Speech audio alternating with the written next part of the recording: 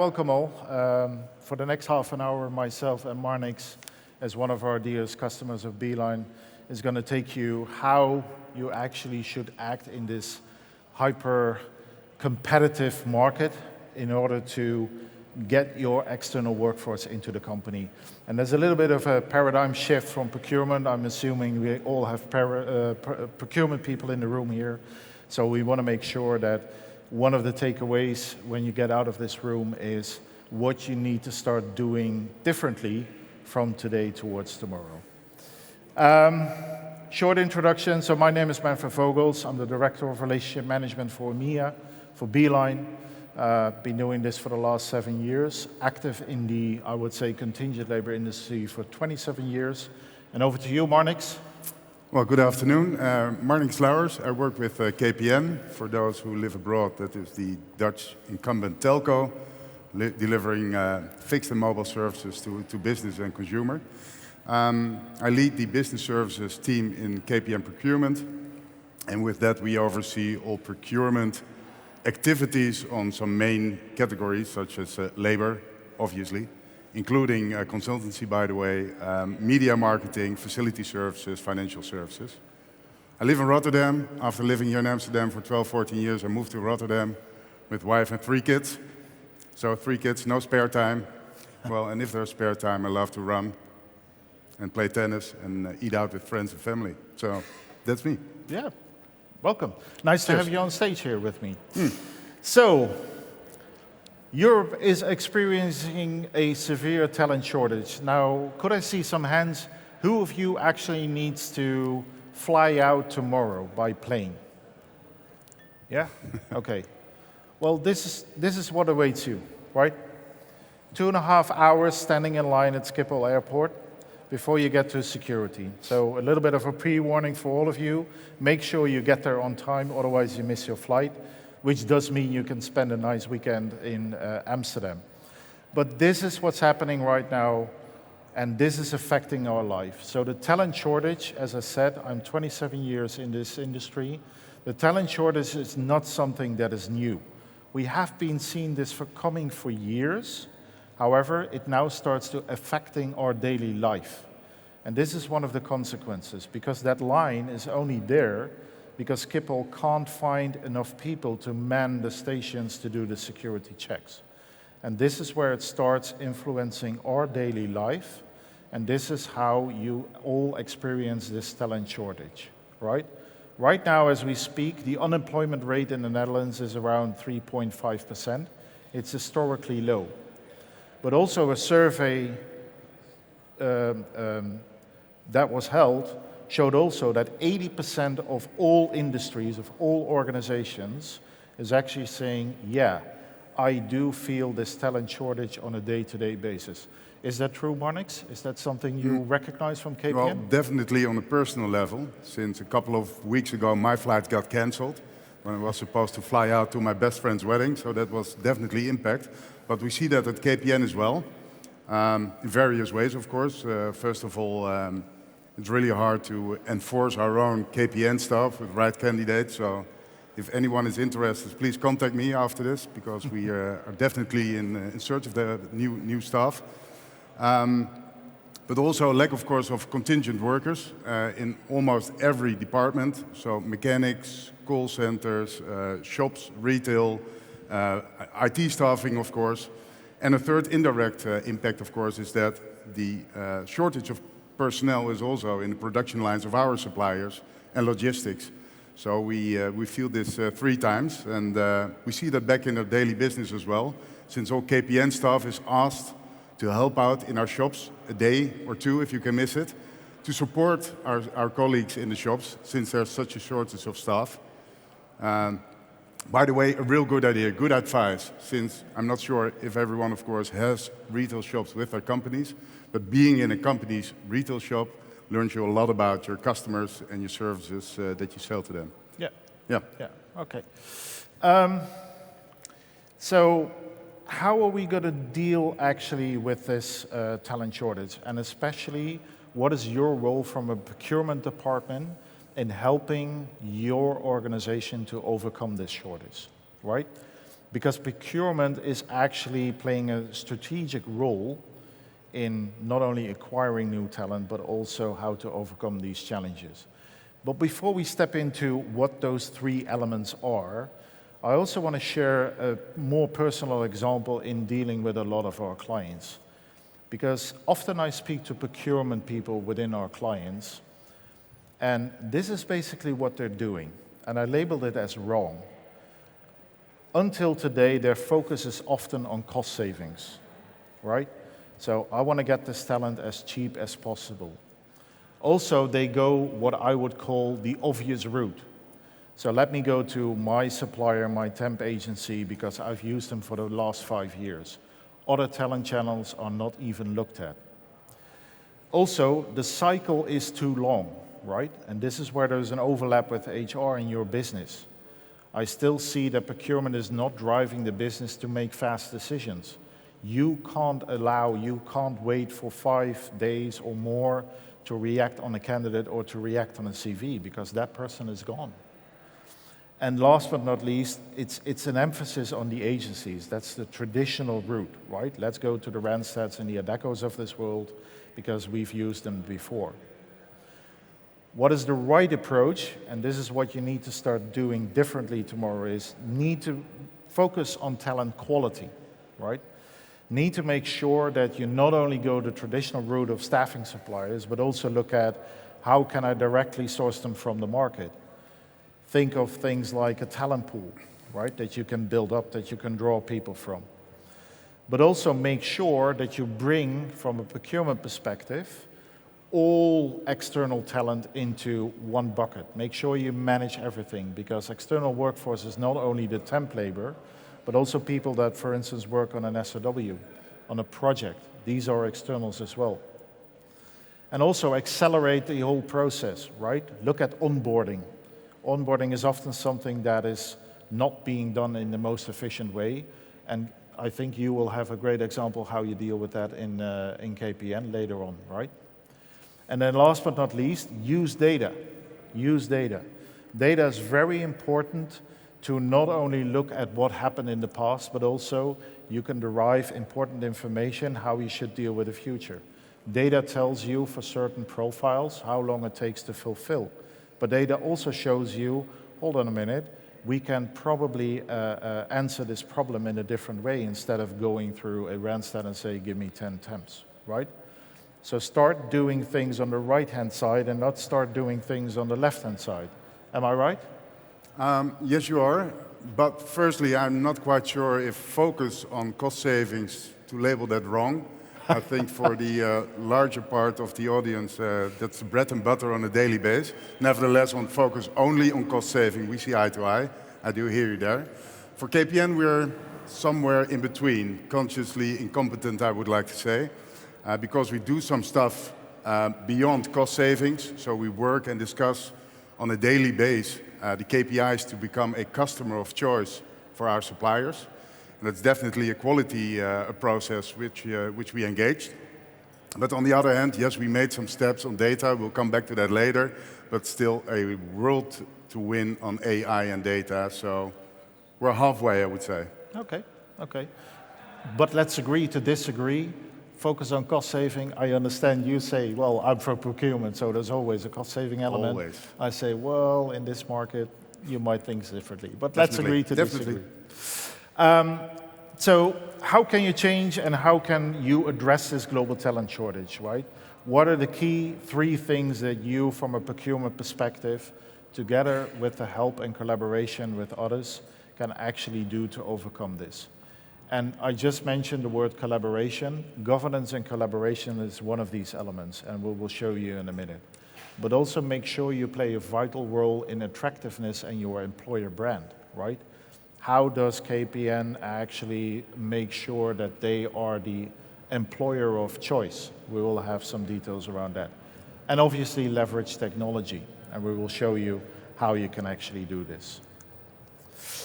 When I say governance and collaboration, there are a couple of elements that you have to take into account. And let me start off with, and you can see the process here. At the end of the process, this is typically where procurement comes in, right? So the business approaches you and says, oh, I need to have this problem fixed, or I want to hire this person here, please make it happen. And then it's procurement that reaches out to the supplier, negotiate the rates, if that is not already done by the business, and then that's it. This is the traditional role of procurement in this process, right? But it's actually, given the shortages and the challenges that brings to it, there are two other elements that you have to take into account and have to start doing. And the first one is actually ask yourself the question, what should my workforce actually look like? You can make mixes between how many people do I have employed by myself, how many people do I need to hire, what are the challenges that my business wants to solve next year, what are the growth paths, what are the new product introductions, and what do I need by that, right? So take a look, also from procurement, on what should be the optimal mix of my workforce, because that drives demand. The other element that you should take into account is step away from thinking, who do we need for this job? And this is typically something that the business do, even in this market. Oh, we have this and this role. Oh, let's hire Marnix because Marnix was here 12 months ago. He did a good job. Let's reach out to Marnix. Is he still available? Fine. Let's hire Marnix, right? The problem is you need to shift that paradigm from who am I looking for to what am I looking for. And the what could not only be, okay, which person or which candidate, but the what could also be, what is the actual solution? Yeah, we can staff a call center with 20 temp workers on an hourly rate basis. We could also look at outsourcing it. We can also look at insourcing it, or make a mix of all three. And if you look at who is involved in this process, typically you would say the last part is dominated by procurement, which is true. But I would ask any one of you to actually reach out to your partners, especially from HR and the business, and even if possible a step further, in order to make sure that you collaboratively take this challenge on. Am I right, Marnix? How are you doing this in KPN? Within KPN, I'm all for collaboration. And if you look at these three teams or business departments, they all play their own role, their expertise role. But we do believe with KPN that we all need all expertise influencing the whole process to optimize the end result. And for instance, within KPN, within the business, one of the biggest contingent worker consumers is our technology division. 3,000 people working there, and they have their own sourcing team. And the sourcing team there is responsible for consolidation of the total demand, for IT staffing, for instance. And they are responsible for the sourcing strategy. Within our HR department, we've got a hiring desk, we call it. It's our internal employment agency. They're all about focus on the operational selection and hiring process. And of course, with procurement, my team, we're doing our procurement stuff, building category strategies, running RFPs, vendor selections, and of course, contract management. But all of these activities have touch points and interfaces with one another. So what we did, we created the collaboration in a horizontal way. So the sourcing team in the business works together with the hiring team, the hiring desk in HR, and my team in procurement. And since then, we all can influence from every expertise the total process. So my team is discussing and influencing the demand scoping in the business, including the sourcing strategy. They are discussing and influencing the operational hiring and selection process. And of course, we take their advice and expertise into our category strategies. And if you make that, you have to force sometimes these collaborations into a structural process, but once you do, you will see it helps enormously to not only understand, but also consider all challenges that your colleagues have within this process. Yeah, and that's, from the looks, answer yes or no, from the looks, you are actually putting this into practice, if I understand correctly. We absolutely do. Procurement is on the table when business scopes their demand. Absolutely. Yeah. All right. Sounds good. So, next to collaboration and governance, as we explained, make sure you make your organization attractive. Make sure you build that employer brand. Now, how do you do this? I would say the most important one here is eliminate guesswork, right? The business is under pressure. The business puts pressure on HR and on procurement. I need to have this talent now. Not yesterday, not tomorrow, not in 2 weeks. I need to have it now, right? And what happens under pressure, people start guessing. Oh, let's go with this candidate because we think he's the best, right? Also, validate competency, which means that talent that comes to your company, make sure that the competencies that they have, you have the ability to validate them. Because yes, there are still people looking out for a job out there, but they might not necessarily be the best talents, right? Evaluate also the fit, and make sure you give people and your applicants, you give them quick, honest, and secure feedback, right? Why didn't we choose for you? Because of this and this reason. Because the way it works is, if I apply for a job for KPN but never hear anything back, the next time I will think twice if I apply on a job for KPN. And this is how it works. And often the business, nor HR nor procurement realizes this. How does KPN work on your employer brand? Well, it's pretty clear, of course, that in a tight labor market as we're in today, the buying power of a client, KPN in this case, is limited. And for that, it's really important not only to be good at your commercial negotiations, but also in becoming that customer of choice. And well, since we know that any contingent worker can work anywhere else tomorrow, and since we know our suppliers have to work really, really hard to not only find, but also motivate a contingent worker to work with your company, it's essential that we minimize the reasons for a contingent worker to churn out of the selection process or right after it. And that is one of the reasons we are trying to become that customer of choice. And if you do try to be, well, realize there are two target groups. That is the supplier itself, and of course the contingent worker that you would like to hire via that supplier. A couple of pointers from KPN perspective to become that customer of choice. First of all, take a real good look at your demand and make sure that that demand is well translated into your inquiry. Because the inquiry for contingent workers should be spot on. It should be 100% of the current situation within your company, because there's no bigger waste than go through the whole process of selection and hiring, and after that you have to say goodbye to a contingent worker really fast because the situation is totally different than they expected. A second pointer is assign the selection and hiring process to a dedicated team. The hiring desk with KPN HR are professionals and are full focused on this hiring process. With that, we make sure there is enough time for them to, well, get rid of all the lead times within the process, and we make sure that there is enough time to govern the relationship, including the evaluations that you mentioned, really important.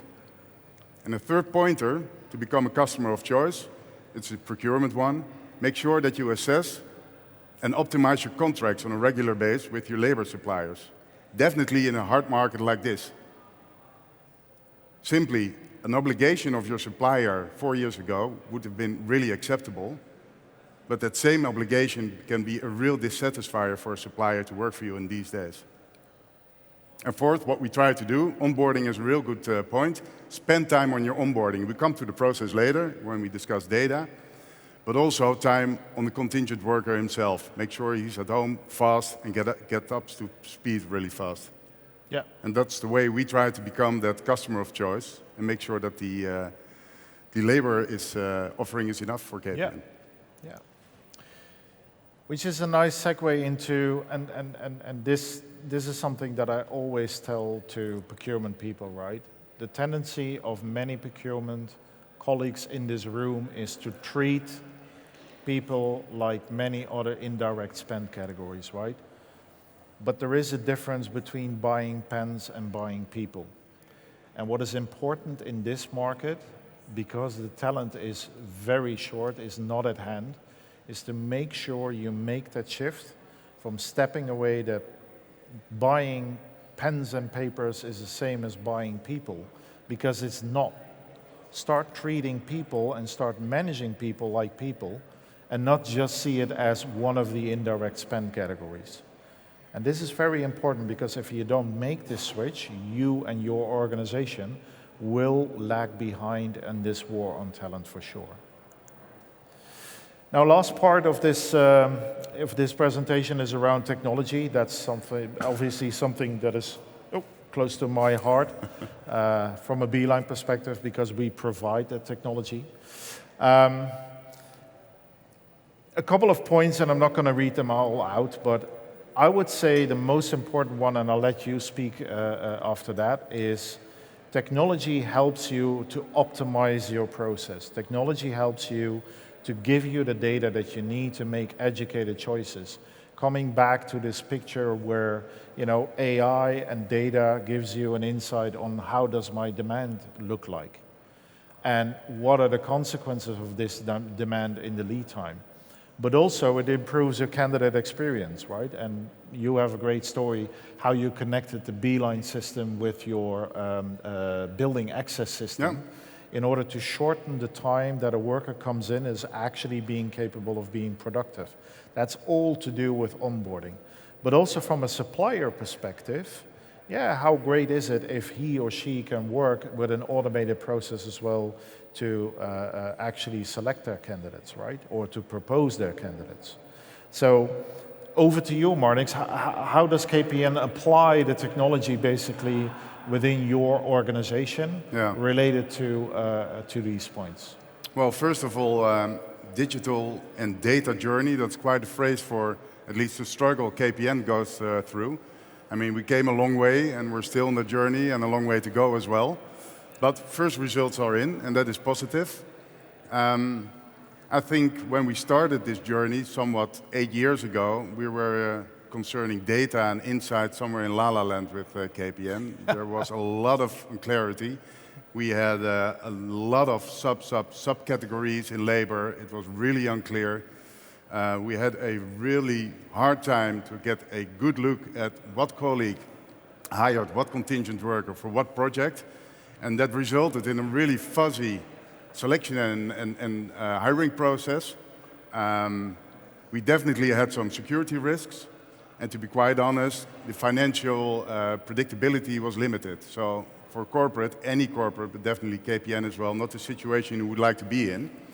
What we did, we used Beeline for time and material hiring, and what it gave us the opportunity to automate and standardize the hiring and selection procedure. So it gave us a great overview, and we still have that, on the process, people, purchase, and payment. And definitely payment is an important one to, well, the supplier and the contingent worker, because through Beeline we are capable of offering a real swift and correct payment process without purchase orders, which is really comes in handy to any party involved, of course. So that's the people, purchase, and payment process, but there's more to Beeline in our case, is that it gives us insights and data of who works where within our company. And with that data and those insights, we can engage what we call the challenging conversation with our business stakeholders. So that was the left part. We speak from procurement with the business, and we use these insights to challenge their status quo, to bring new insights, and that way, from procurement perspective, add value to the rest of the organization. And a third thing, the last advantage I would like to mention, we hook Beeline up with our access system.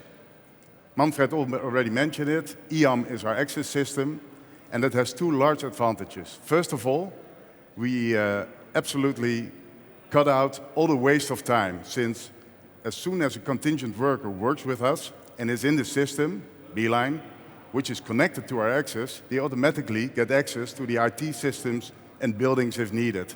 So no frustration of waiting for another 2 weeks before you can make use of your laptop or enter a building. Straight away, access to anything they need. And a second real advantage is we mitigated some security risks. Because when a contingent worker is end of contract in this Beeline system, automatically all the access grants get withdrawn. So there is no unauthorized personnel anymore entering our systems or entering our buildings. So 3 upsides for KPN in this data and digital journey, but I have to say the biggest one is that there are still a lot of opportunities to discover and implement features of Beeline with the colleagues of Manfred. And maybe let me return the favor. What do you think could KPN still get out of Beeline next of this? Well, I think.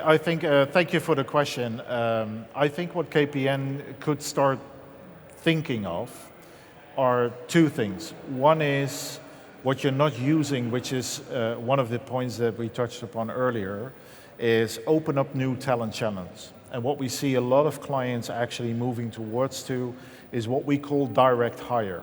So instead of going through a process of I go to the agency and the agency supplies me with a candidate, they actually reach out to the market directly. And the way to do this is actually, for instance, to pull or to push requisitions from Beeline directly to job websites, to your own website from a company perspective.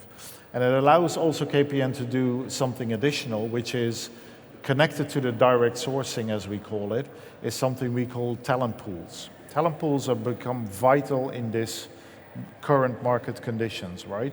If you have a talent pool of candidates that have been pre-vetted and showed interest in KPN, then your time to fill is definitely drastically going down.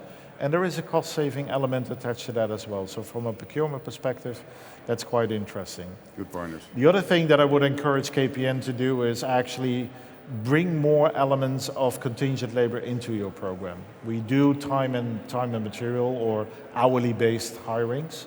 I know for a fact that KPN also does a lot of project work, and that's another area that somehow is being brought into your program, but not fully digitalized, which our technology could provide you with a solution as well, which gives you even more insight and even a better position on how you structure that demand in that regard. Clear. So those are 2 things that I'm more than happy to pick up with you after today's presentation. We're nearing the end, and before we close off with 1 minute to go, just these next steps. I'm not going to read them out, you can all read yourself. I think the most important one that I would call out is the second one. Align your planning, start collaborating, get out of your island. Rest assured that procurement in this market is playing a vital role in overcoming today's challenges that you have in the labor market, and all of your organization is basically suffering. So make sure you connect with these colleagues from HR, make sure you connect with the colleagues from the business. Like KPN is having a great story to tell there, it actually does put you in a position to overcome the challenges that the current market gives you. And last but not least, for those who are traveling and flying out of Schiphol, Amsterdam, make sure you arrive on time, otherwise you're going to miss your flight. With that, final note, if you want to speak more and in more depth with me and or Marnix, we will be around. Beeline has a stand in the hall over there. I think it's number 28. And with that, and 13 seconds left, I would thank you all for being present here. I would like to thank Marnix to take the audience through the great work that KPN is doing. And with that, have a nice day. Cheers.